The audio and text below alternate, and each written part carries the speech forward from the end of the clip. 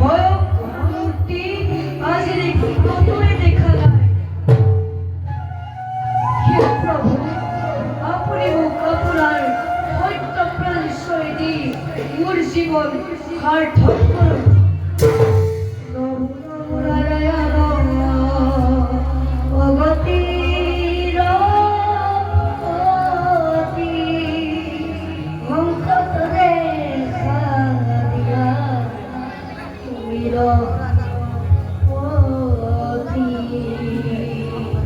তুমি ব্রহ্মা, তুমি বিষ্ণু, তুমি মহেশ্বর,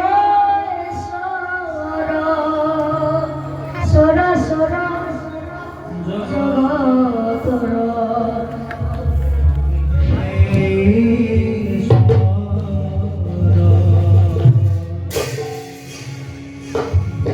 হে মহাজ্ঞানী সত্য, মই তোমাকে কইল পরীক্ষা।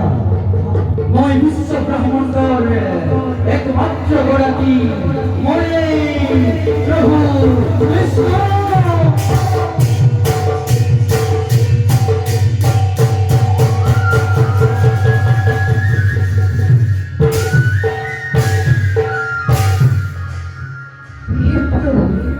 আপনি কি অবস্বরূপ ধারণ করে বলা সোনা রাজা সত্যবত, আজিকাল রাত্রি এই ঠিক রাতিতেই মহাপ্রলয় আরম্ভ হয়।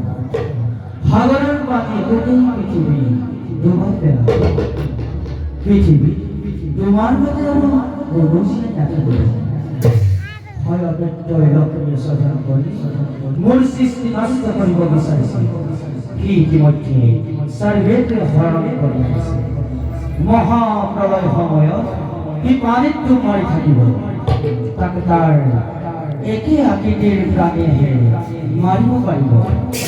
সেয়ে মই তাকে তাৰ ৰূপ ধাৰণ কৰি নিধন কৰিব লাগিব, আৰু পুনৰ মৎস্য ৰূপ ধাৰণ কৰি সর্বেতে উদ্ধার করি রাজা সত্যবত।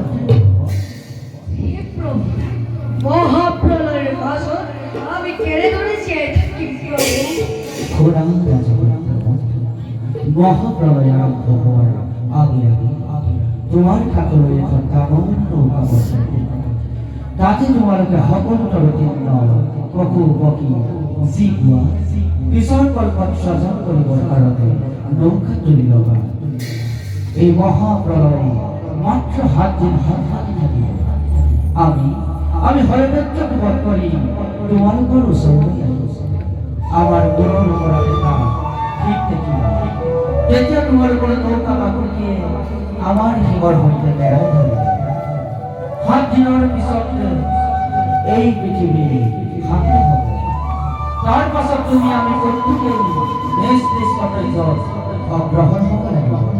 জয় রাজা সংসার বিপদত তুমি মোক কৰিবা স্মৰণ, মই তোমাক কৰিম উদ্ধাৰ। বিপদত তুমি মোক কৰিবা স্মৰণ, মই তোমাক কৰিম উদ্ধাৰ। তথাস্তু তথাস্তু।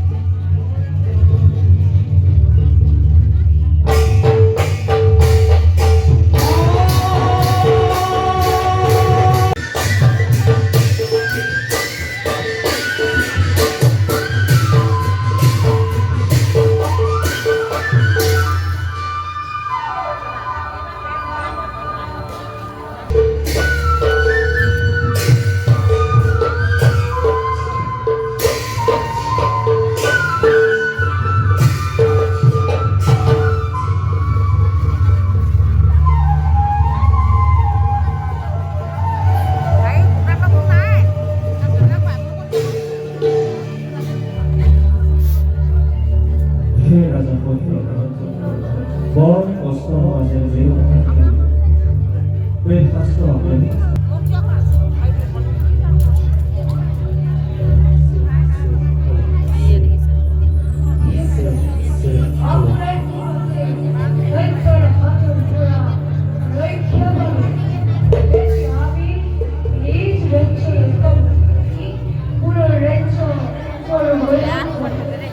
좋아 그래서 연구하는 그런 나가고 수원한 거 아니 있고 맞고 뭐 다리고